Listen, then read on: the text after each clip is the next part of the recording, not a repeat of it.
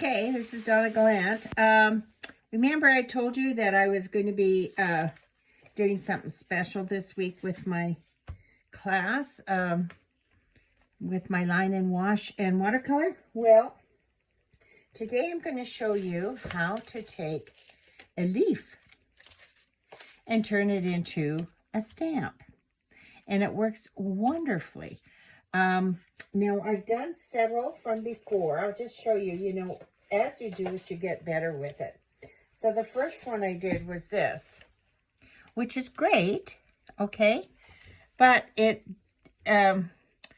seemed to be lacking a little bit, okay? So the next one I did was this.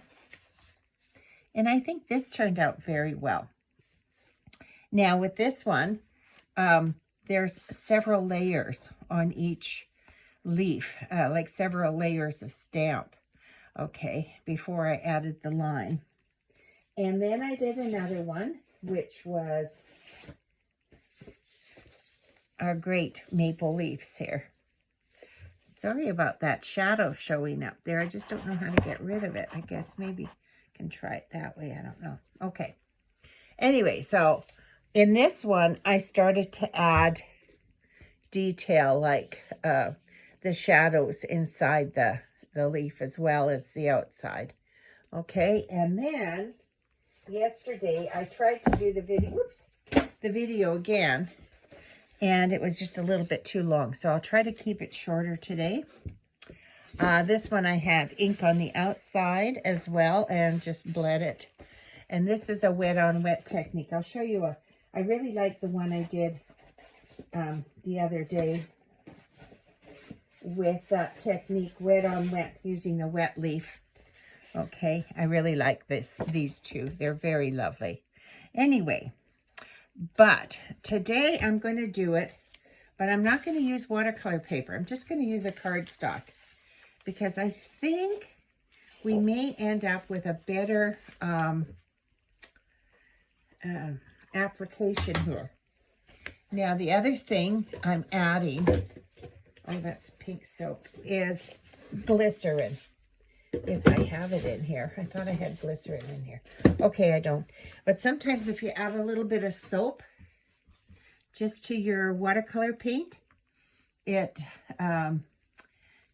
keeps it on the leaf better because it changes the surface tension. And I tried to do it. Like you can see that it kind of breaks off a little bit, like it's not as, doesn't cover as smooth. I mean, maybe if your paint is a little bit thicker, gouache would work really good for this. Acrylics works. Anyway, I'm doing this on a palette paper so I don't make a mess. But I didn't want to do it right on my paper because that's what I'm going to print on. And you'll always find the stem is a little bit harder to do than you might think. Okay, so let me move this out of the way. Move my paper in. Sorry about that. And here we go. Ta-da! Now you do need to have a tissue or something to help you press this down onto the paper. And I think it's going to work better with this paper. I think a smooth paper works best with this technique. And I did not have any hot pressed watercolor paper, but I think it would work really good with this technique. Oh, see, look how wonderful that is. See, I did it before on another sheet of paper, and I thought it worked really well. Okay, so now the thing to do with this is do another application here. I'm going to add a different color now. Now, what if I add a little bit of green on here? Because you know what happens when you put green and red together is you get a nice brown. And that's what's going to happen here. You can see already on the leaf that it's changed color to a brown. And it's just going to put a little different, sort of like a rusty leaf when I do this. Okay. Now, let's put the paper down again. Now I'm going to try to line it up. This is always the secret here, is getting it lined up. Okay, there we go. Here's my tissue, just so I can help get it out there. Now there's 3 leaves on this stem, so it's going to be a little bit harder to line things up. Really push the veins down. By the way, I painted it on the vein side. Okay, let's see how this turns out. Ooh, look at that. Okay, I just need to dry this really quick before I come back in, and I think it works really well on this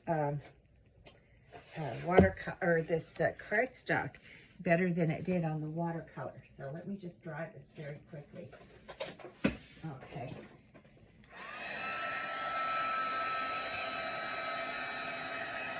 And then I can put a nice line in here, following the contours of my veins. I could add some shading. You know what though? I think I want to add another color in here.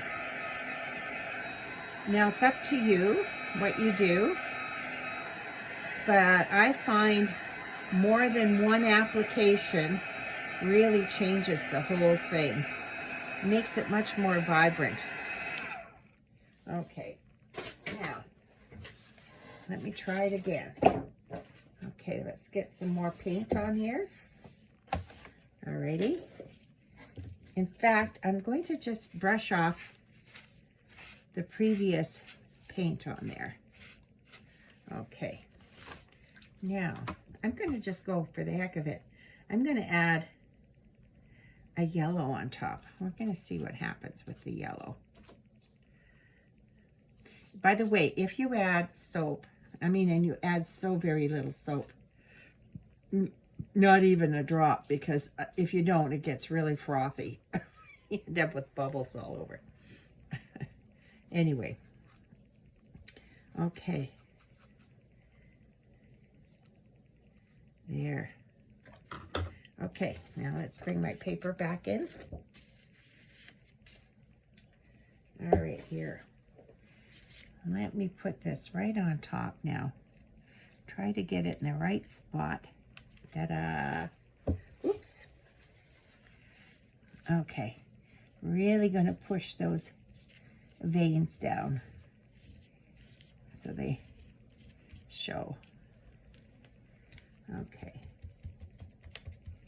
Ta-da! Here we go. Ooh, it's so much richer. Now, I see I've still got a little paint on there.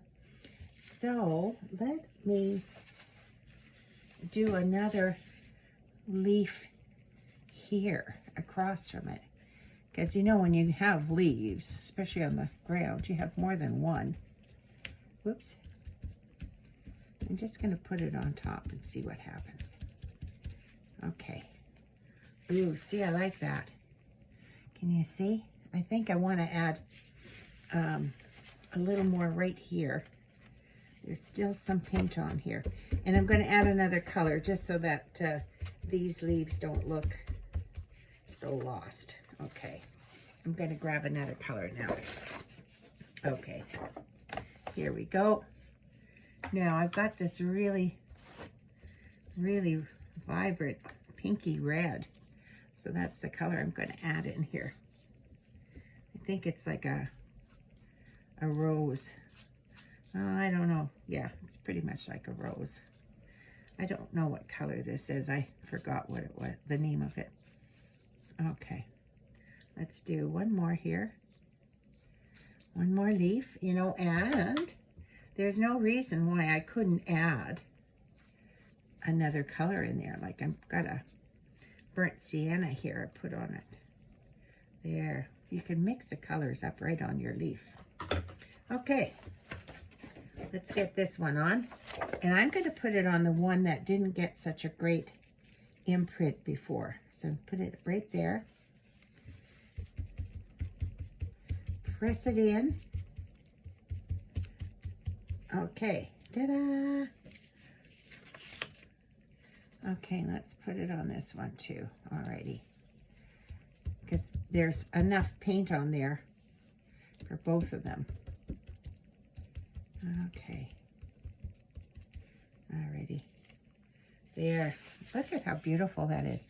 Now, you could, if you wanted to, come back in and fill things in and sort of paint areas in like that, if you wanted to, or you can just leave it as it is.